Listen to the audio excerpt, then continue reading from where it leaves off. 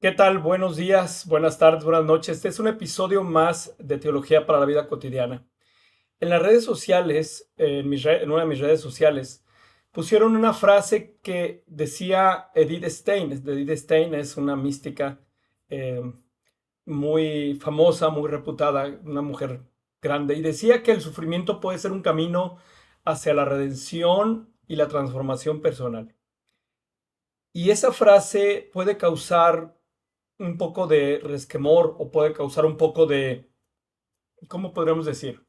Preocupación, porque parecería que el sufrimiento es el único camino, pero puede ser un camino hacia la redención y la transformación personal. Y luego brinca un tema que es muy común en muchos medios, donde dicen que el dolor es inevitable, el sufrimiento es opcional. Y para mí, y yo creo que para Edith Stein, es una frase muy simplista que angustia a mucha gente, porque gente que tiene un dolor que genera un crecimiento, un sufrimiento, perdón, parecería que es relativamente fácil separarse de ese sufrimiento diciendo que solamente es opcional, entonces ¿por qué tendrías que tenerlo? Esa afirmación tiene un problema muy fuerte, que es el problema de que no permite la transformación. El dolor es inevitable, sí, el dolor es la reacción físico-química que se genera en el cuerpo, y después cuando intelectualizamos cierto dolor por un choque emocional, un choque físico, eh, entonces esa intelectualización, ese pensar sobre nuestro dolor y tratar de buscarle razones y causa, eso se llama sufrimiento. Cuando le ponemos pensamiento a nuestro dolor. Los que dicen esta frase de que el dolor es inevitable y el sufrimiento es opcional, tal vez se argumentan en ese principio budista de que lo mejor que puedes tener es eliminar el deseo, porque el deseo es la fuente de todo sufrimiento. Si tú padeces algo, pues entonces simplemente es porque lo deseas. Rompe, deshazte de ese deseo y ya no vas a sufrir, aunque pueda existir el dolor. Bueno, respetando a nuestros queridos hermanos budistas, yo no creo que esa frase sea suficientemente buena para tomarla como tal, porque para mi perspectiva evita un proceso muy hermoso, que es lo que decía Edith Stein, el crecimiento, la redención y transformación personal. El sufrimiento es un camino, según Edith Stein, es un camino que nos puede llevar, si nos podría llevar hacia una redención y transformación personal. ¿Cuál es la razón de ser del sufrimiento? ¿Cuál es la razón de ser de que de pronto yo ante un dolor específico eh, tome ese dolor específico y le ponga un pensamiento y lo racionalice y lo entienda? Bueno, el asunto del sufrimiento, que para mi gusto es una oportunidad grandiosa de transformación, viene porque, en primero, el sufrimiento es fuente de crecimiento y de redención y de transformación cuando permitimos que ese sufrimiento nos deje en una total indefensión, es decir, que nos genere fragilidad. Reconocer nuestra fragilidad es una condición de la fe adulta. La fragilidad que nos da el sufrimiento al vernos derrotados, ¿sí? Se convierte en la oportunidad de que Dios entre al camino. Ese es lo primero. Es decir, el primer requisito para que el sufrimiento genere un camino de transformación es que me genere la fragilidad suficiente para rendirme a los brazos de mi Dios o mi poder superior, que es el ejemplo que ponen los alcohólicos anónimos en sus grupos de 12 pasos. Es decir, el primer paso es reconozco que tengo un problema. Segundo paso, reconozco que no puedo lidiar con este problema. Tercer paso, pongo en manos de un poder superior lo que necesito para poder sanar esta experiencia que tengo, que no me la puedo quitar de encima yo solo porque ya reconocí que no puedo. Es estrictamente así. Si los alcohólicos anónimos en los grupos de 12 pasos reconocen ¿sí? Que la adicción en cualquier sustancia, persona, cosa, situación, te genera una sensación de indefensión, que es la condición necesaria para una fe adulta, porque es donde entra Dios. Porque si sigo forcejeando con la realidad de una manera desesperada, ¿sí? No voy a encontrar más que amargura, no voy a encontrar más que trauma, complejo, situación. Eso es esencial. El sufrimiento se convierte en camino de transformación cuando me permito sentirme total y absolutamente indefenso, frágil y que permito a Dios ser Dios en mi vida. Y es cuando el sufrimiento, ese proceso en el cual que tengo mi dolor, que reconozco que puedo tal vez luchar en él y me puedo poner terco y obstinado y puedo tener una negación y puedo tener un regateo, puedo enojarme, puedo deprimirme con mí mismo. Pero cuando llego al momento a pensar en una aceptación, la aceptación no es más que ese proceso de abandonarse en Dios. Ya alguna vez lo habíamos dicho acerca del sufrimiento, pero quería retomar esto porque salió la discusión sobre esto, porque alguien pensaba que el sufrimiento había que divinizarlo. No, no hay que divinizarlo. Hay que generar ese espacio de fragilidad, reconocer nuestra incapacidad y poder en nuestra fragilidad encontrarnos en ese espacio. Se muere un pariente tuyo, te secuestran un hijo, te lo desaparecen, sufre la traición de alguien muy amado, cualquier cosa, ¿sí? Existe ese sentido de indefensión y hay quien puede querer seguir luchando y luchando y luchando o simplemente negarse y decir el sufrimiento es opcional y no me importa. No se crece. Definitivamente no hay crecimiento, ¿sí? Eh, la segunda condición es permitirme ver hacia adentro, no hacia afuera. Me voy a poner aquí un poquito como psicólogo. Cuando uno ve hacia afuera con un sufrimiento, empieza a utilizar mecanismos de defensa y puede haber desplazamiento, eh, puede haber proyección, puede haber racionalización, todo aquello que yo uso para ir hacia afuera, ¿sí?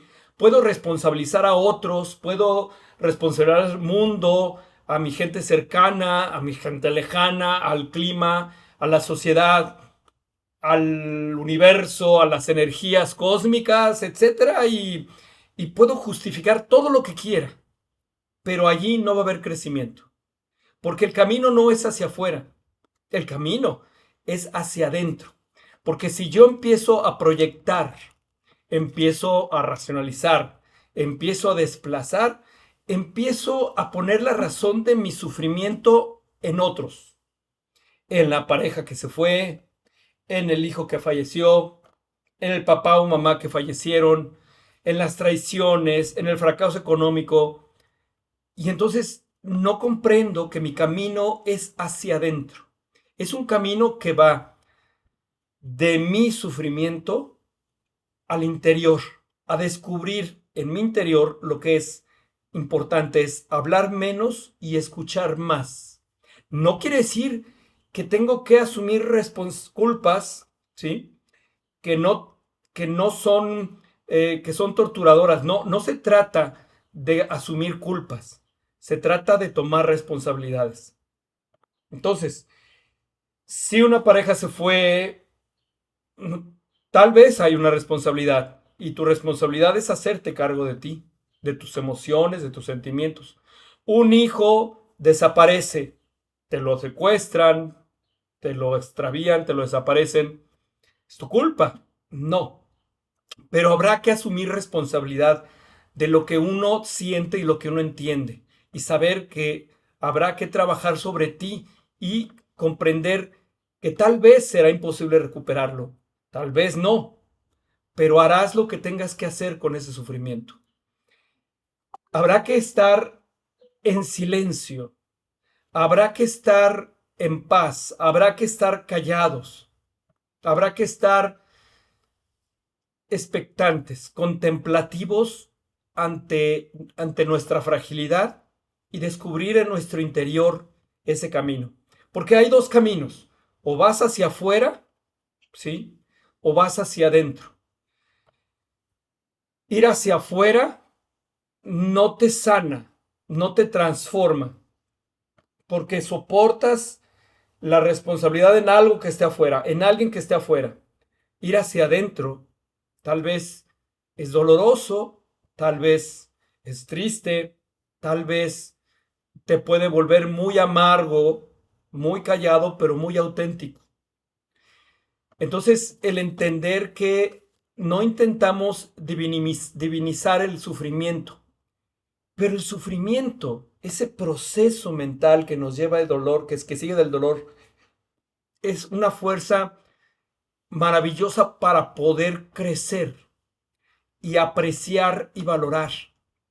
Y este es el tercer requisito del sufrimiento para que te transforme. No nomás es permitirse la fragilidad, no nomás es ir hacia adentro, trabajar en el interior, guardar silencio, ¿sí? No solamente es eso, porque el sufrimiento es un misterio y la palabra misterio tiene dos vocablos que quieren decir guardar silencio ante lo oculto. Y es que es allí donde soltamos las manos, ¿sí? Donde soltamos nuestra aprensión y se la podemos otorgar a quien puede resolver eso o quien puede paliar esto. Cuando llega el sufrimiento es necesario callar, escuchar, observar y someterse, ¿sí? Someterse a Dios para que podamos encontrar esa transformación y esa redención. Y es verdad, no hay que buscar el sufrimiento. Sería estúpido buscar el sufrimiento. Sería algo muy tonto, sería algo estúpido buscar el sufrimiento. Aunque hay santos que lo buscaban, que le pedían a Dios sufrimiento, no les pedía dolor, le pedía sufrimiento. ¿Qué quiere decir? No solamente el dolor, sino esa lucha interna mental para poder encontrar el tesoro que tenía Dios ahí dentro. Y entonces viene nuestra tercer condición para que ese sufrimiento tenga un valor intrínseco en nuestra vida de transformación. Encontrar dentro de ese sufrimiento un sentido superior que te lleve a una vida más auténtica, auténtica, no una vida más bonita, más auténtica, porque es más pleno la autenticidad que te da Dios a la alegría que te puede dar solamente el momento presente. Es decir, adolecemos ahora, yo creo, de ser adictos a las recompensas inmediatas. Y entonces el sufrimiento se ve como algo terrible. No lo quiero saber, no lo quiero conocer, no me interesa. Y claro está, eso es lógico. ¿Quién quiere el sufrimiento por el sufrimiento mismo? Pero cuando llega y se estaciona en la vida, porque llega, no les voy a decir que no, llega el sufrimiento en la vida, ¿sí? Entonces hay que aprender de él. Hay que tomar esas tres cosas. Es que nos fragiliza para que Dios pueda ser Dios en la vida, que nos lleva al interior, al conocimiento interior tan necesario, tan importante. Y tercero, nos permite ver tesoros que no conocíamos. Porque si esas tres cosas no se cumplen, la tentación más grande, cuando yo salgo hacia afuera, cuando no descubro mi fragilidad y cuando no puedo descubrir nada de mi fortaleza interior, es entrar en la tentación más grande que puede tener el ser humano, que se llama soberbia. Y la soberbia es la antesala de la amargura completa, porque nada está bien, todo está mal.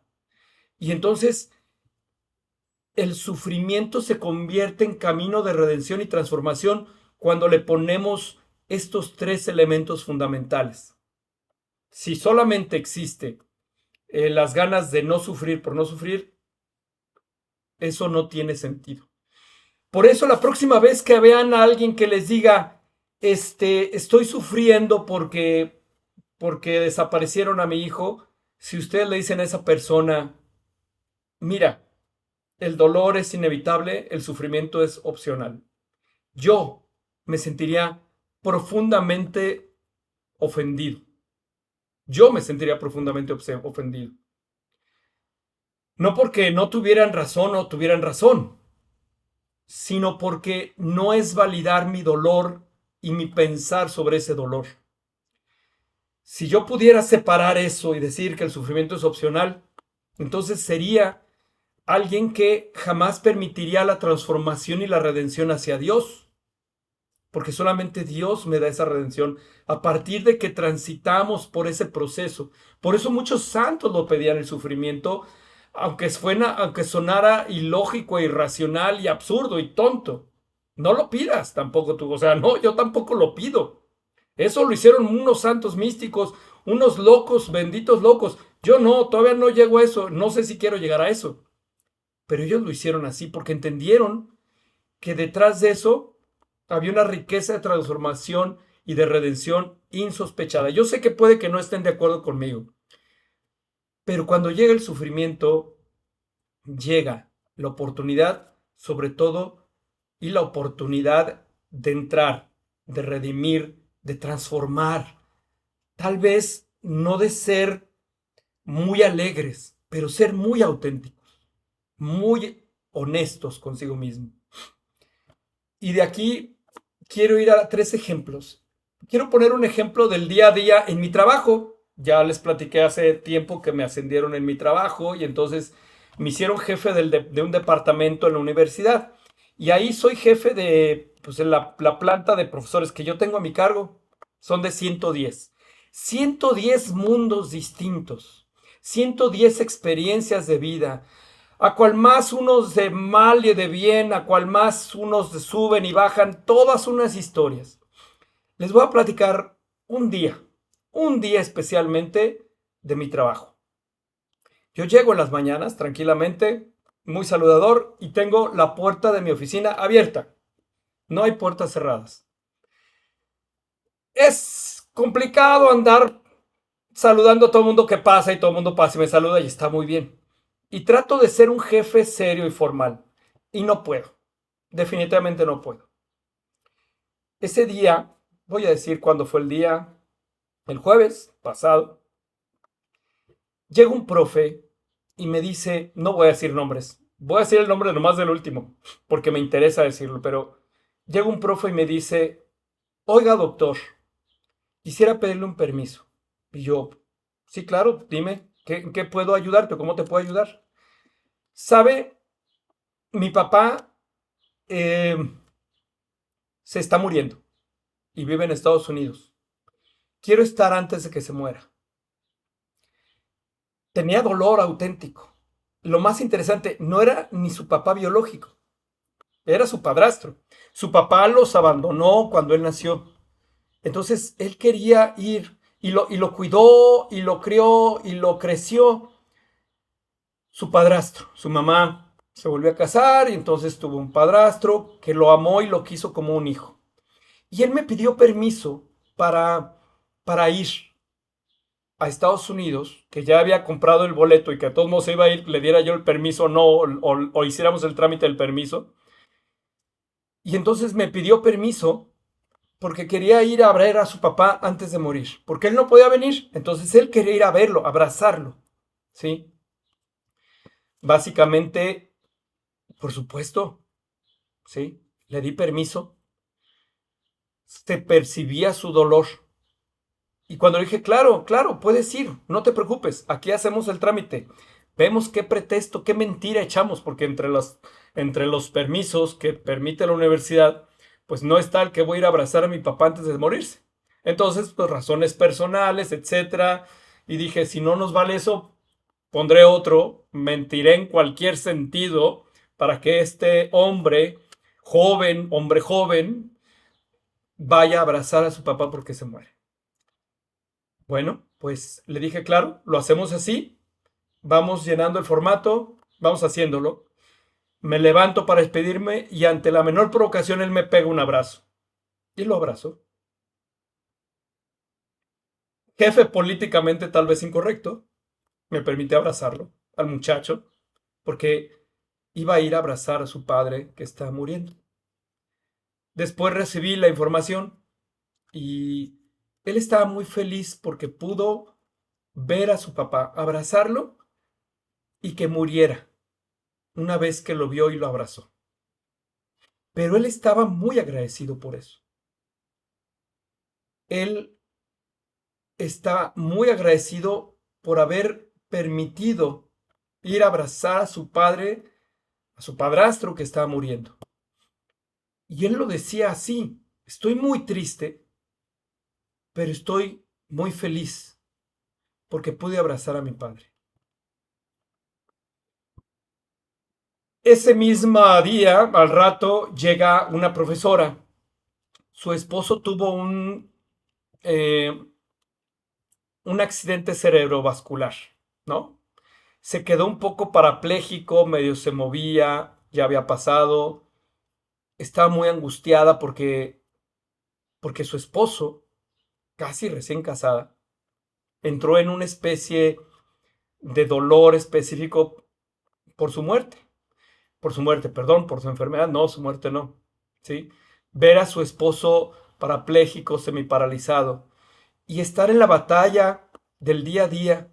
Y entonces ella se acercó para preguntarme que qué podía hacer a su jefe, ¿no? Que qué podía hacer. Y porque dice que tenía conflictos con su suegra, porque su suegra lo quería cuidar como niño y él sentía mucha incomodidad por ir a la casa de su suegra porque su suegra quería que su hijo estuviera allí porque nadie lo iba a cuidar como ella, su mamá. Y entonces ella tenía el conflicto de estar en conflicto con su suegra por eso.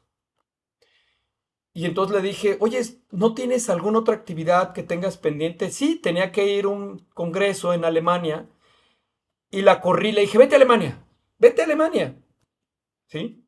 Vete, lárgate, que al cabo está bien cuidado él. Agarra aire. Ella me abraza y me dice, ¿usted cree que esté bien lo que esté haciendo? Sí, hazlo. Es que estoy sufriendo dejarlo solo. No lo dejas solo, lo dejas con su mamá. Deja que se harte su mamá de cuidar a su hijo. Y dicho y hecho, ya regresó descansada. Y dicho y hecho, su mamá se cansó de cuidar al hijo y ya se lo soltó para que se fuera a su casa. Y ella siguió el tratamiento. Pues el mismo día que vi a este hombre que fue a abrazar a su papá, ella se acercó, me dio un tremendo abrazo. Digo, bueno, ese día, bueno, ¿cómo abrazamos ahí? Y me dijo que estaba muy contenta porque su esposo ya puede sostener la cuchara con la que come. Ya está evolucionando a tal grado que ya puede el hombre sostener la cuchara por sí mismo para llevarse alimentos a la boca. Estaba muy feliz. Me dio un gran abrazo y eso que ella es grande y me da un abrazo muy grande. Y bueno, sí, en ese sentido ella reconoce el agradecimiento que siente porque su esposo, que no se le ha quitado lo enfermo, que está evolucionando y seguramente irá evolucionando con el tiempo, aquel esposo con el que casi recién casada, ya puede sostener una cuchara. Eso es el sufrimiento. Y ella se ha transformado en una persona más auténtica, más honesta, menos permisiva, más abierta, más compasiva, más generosa, más callada,